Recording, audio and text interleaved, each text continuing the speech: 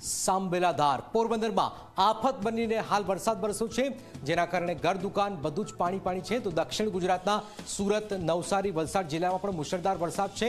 મહા મુશ્કેલી સર્જી રહ્યું છે. જુઓ દક્ષિણમાં ધોધમાર વરસાદને કારણે શું થયું છે, આવું જોઈએ, જાણીએ, સમજીએ.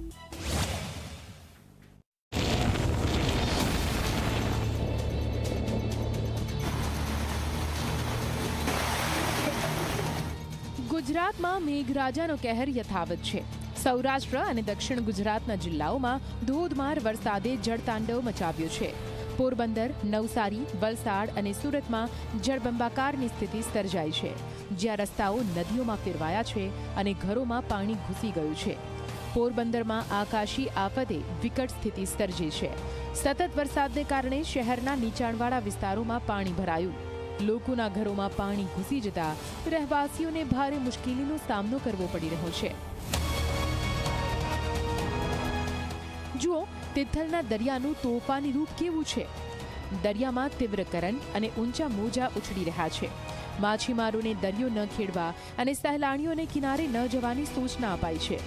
20 થી 30 કિલોમીટરની ઝડપે પવન ફૂંકાતા સ્થિતિ વધુ ગંભીર બની છે.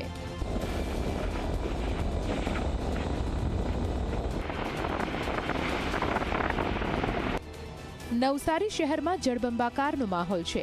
રસ્તાઓ પર નદી વહેતી હોય તેવું દ્રશ્ય છે.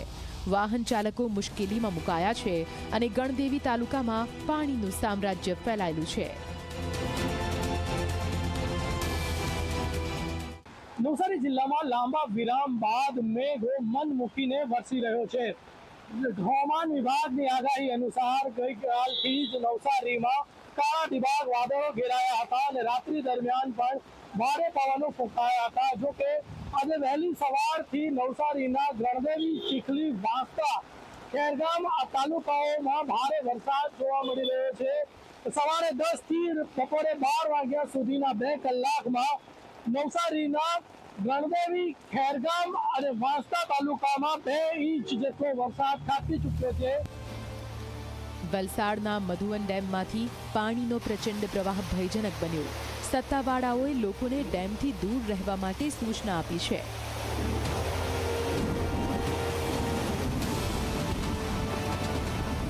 વલસાડ જિલ્લામાં સતત 2 દિવસથી ભારે વરસાદ વરસી રહ્યો છે, ત્યારે ઉપરવાસમાં ભારે વરસાદને લઈને મધુવન ડેમમાં 1 લાખ ક્યુસેક પાણી જે છે હાલમાં ઇન્ફ્લો આવી રહ્યો છે, ત્યારે તેની સામે 1 લાખ ક્યુસેક પાણી જે છે તબક્કાવાર છોડવામાં આવી રહ્યું છે. હાલમાં આપ દ્રશ્યોમાં જોઈ શકો છો, મધુબન ડેમમાંથી જે આવતું આજે પાણી છે વાપીની દમણગંગા નદીમાં આવી રહ્યું છે અને આ દમણગંગા નદી જે છે એણે તોફાની સ્વરૂપ ધારણ કર્યું છે. આવનાર સમયમાં હજી ભારે વરસાદ હોવાને લઈને વલસાડ જિલ્લા તંત્ર જે છે એલર્ટ મોડમાં દેખાઈ રહ્યું છે.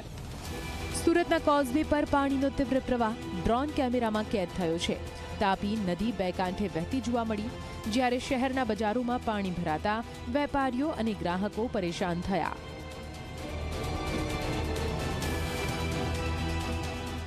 ગુજરાતમાં આ વરસાદી આફતે જનજીવનને અસ્તવ્યસ્ત કરી દીધું છે.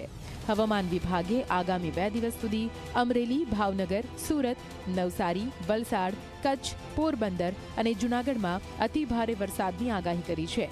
એનડીઆરએફની અને એસડીઆરએફની ટીમો સ્ટેન્ડ બાય પર છે. લોકોને સુરક્ષિત સ્થળે રહેવા અને સાવચેતી રાખવા માટે અપીલ કરવામાં આવી છે.